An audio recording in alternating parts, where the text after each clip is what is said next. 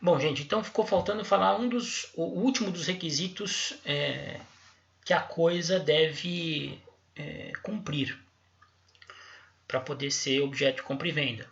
Ela tem que ser disponível, ou seja, a disponibilidade. Não se admite venda de coisas fora do comércio, seja porque naturalmente indisponíveis, legalmente indisponíveis ou inalienáveis por força de cláusula de inalienabilidade, certo? O que é uma coisa naturalmente indisponível? Eu vendo um terreno em Marte. Hoje isso é impossível. Eu vendo um lote na Lua. Isso também é naturalmente impossível de acontecer. Legalmente indisponíveis, entorpecentes, né? Eu não posso te vender maconha, crack, cocaína, porque são drogas ilícitas. Elas não estão no mercado. Não é uma coisa que eu possa comercializar, que eu possa alienar livremente. Há restrição, há proibição legal. E cláusula de inalienabilidade. Isso é muito comum, às vezes, em testamento. O sujeito deixa um imóvel para um herdeiro, mas o grava com uma cláusula de inalienabilidade. Ele não pode vender durante um determinado tempo o imóvel. Também nesse caso, a coisa não estará disponível, por isso não poderá ser objeto de compra e venda. Coisa litigiosa, coisa que está sendo disputada entre duas partes num processo judicial. Pode ser objeto de compra e venda? Pode, não há restrição nenhuma em relação a isso. Porém, nós vimos lá no artigo 457, que trata da evicção, que não pode o adquirente demandar pela evicção se sabia que a coisa era alheia ou litigiosa. Então, o fato da coisa ser litigiosa e a litigiosidade ser de conhecimento do adquirente o impede de demandar por uma eventual evicção. Ele acaba assumindo o risco do negócio. E quando ele assume o risco, a venda passa a ser, de alguma maneira, aleatória. E ele pode perder e vai suportar o prejuízo nesse caso. Tá certo? Bom, segundo elemento da compra e venda, preço. Temos várias coisas para falar a respeito do preço. Tomara que caiba aqui nesse vídeo aqui para a gente encerrar a aula de segunda. Bom, primeiro o que é preciso deixar claro? Que venda sem preço é venda nula. Mas nós veremos que a gente tem que tomar muito cuidado quando fala assim na lata essa oração, essa frase. Venda sem preço é venda nula. Porém, nós vamos ver que o legislador faz de tudo para preservar o negócio, mesmo quando não haja indicação do preço pelas partes. Vocês vão entender melhor no correr da explicação. Bom, começando falando sobre o preço. Em regra, o preço será sempre determinado após um livre debate entre os envolvidos, entre comprador e vendedor. E a fixação desse preço depois dessa tratativa entre vendedor e comprador será feita em grande parte dos casos de acordo com as leis de mercado, aquilo que a coisa vale no mercado. Agora, o preço não precisa ser de plano determinado no contrato. É possível que nós tenhamos também o preço determinável,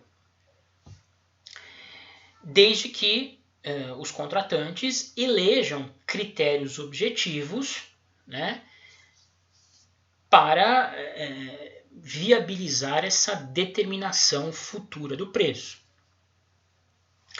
A determinação futura do preço pode se dar de várias formas, e aqui nós vamos citar algumas expressamente indicadas no texto do Código Civil. Bem, segundo o artigo 486 do Código Civil, também se poderá deixar a fixação do preço à taxa de mercado ou de bolsa em certo e determinado dia e lugar. Então, por exemplo, o contrato pode estabelecer que o preço a ser pago pelo adquirente será o do valor da coisa, a taxa do mercado ou de bolsa, num determinado dia e lugar específicos. Então, vai corresponder à cotação. Vamos imaginar que seja uma venda de um carregamento de soja. O preço será o da cotação vigente para São Paulo no dia 20 de abril. O preço não é de plano determinado, mas as partes estabelecem um critério objetivo que viabiliza a sua fixação no futuro. Também, o artigo 487 é lícito às partes fixar o preço em função de índices ou parâmetros, desde que suscetíveis de objetiva determinação. Por exemplo, eu posso fixar o preço em UFESPs, que são unidades financeiras do Estado de São Paulo. É um índice. 5 UFESPs, cada UFESP corresponde, sei lá, vamos imaginar, R$50. E essas UFESPs variam, tem uma variação mensal. É possível. É possível também utilizar o dólar, por exemplo, como um parâmetro. Será feito ao câmbio do dia tal, sem problema nenhum também. 485. A fixação do preço pode ser deixada ao arbítrio de terceiro, que os contratantes logo designarem ou prometerem designar. Se o terceiro não aceitar a incumbência, ficará sem efeito o contrato, salvo quando acordarem os contratantes designar uma outra pessoa. Então, é possível que os contratantes, porém não usual, não comum, que os contratantes releguem a fixação do preço a uma terceira pessoa. Eles indiquem, por exemplo, o João, ele que vai definir qual será o preço que o comprador pagará na aquisição feita junto ao vendedor. Evidentemente que o terceiro ele pode se recusar a exercer essa tarefa. Ele não pode ser obrigado sem ter participado do ajuste.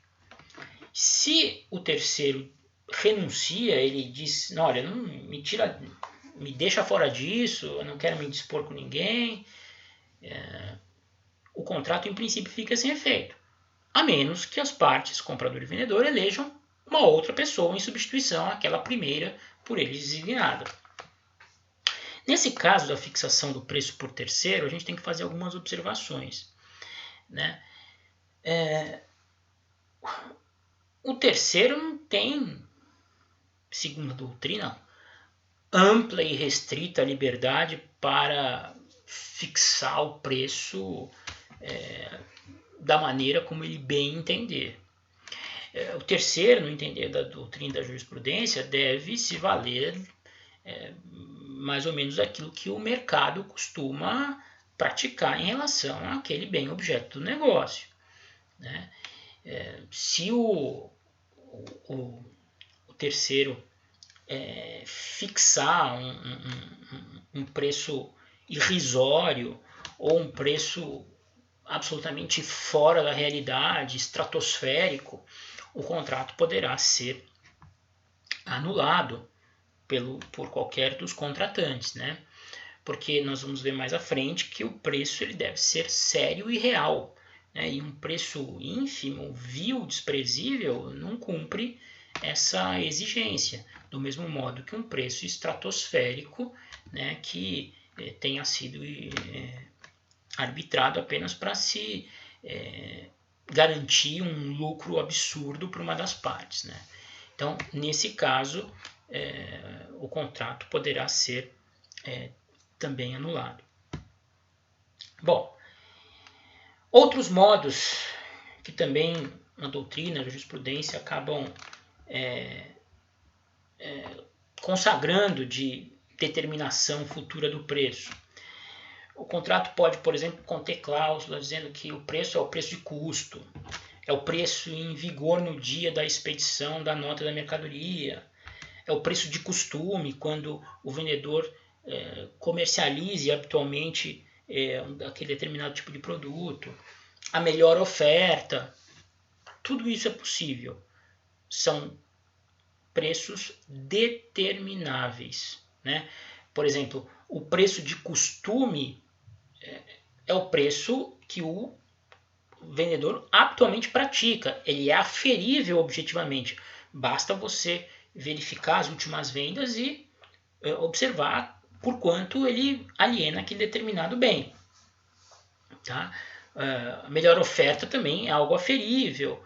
O preço em vigor no dia da expedição, algo também aferível. Preço de custo é fácil, você consegue identificar. Então, são todos parâmetros objetivos que garantem às partes saber de fato o quanto vão ter que pagar, por quanto o negócio vai sair. Agora vem a regra mais importante. Artigo 488. E aí justifica aquela observação que eu fiz lá no início do tratamento do preço. 488. Convencionada a venda sem fixação de preço ou de critérios para sua determinação, se não houver tabelamento oficial, entende-se que as partes se sujeitaram ao preço corrente nas vendas habituais do vendedor. Na falta de acordo, por ter havido diversidade de preço, prevalecerá o termo médio. Então vejam, no artigo 488, o legislador faz de tudo para tentar aproveitar a manifestação de vontade das partes, faz de tudo para tentar fazer valer a compra e venda inicialmente entabulada. É o chamado princípio da preservação do contrato, colocado positivado no texto do Código Civil. Então, mesmo que a venda não tiver preço fixado pelas partes, o que conduziria à nulidade do negócio, ainda assim é possível salvar o negócio, o contrato, se ou a coisa alienada for tabelada, ou não havendo um tabelamento oficial, puder ser verificado o preço das vendas habituais do vendedor.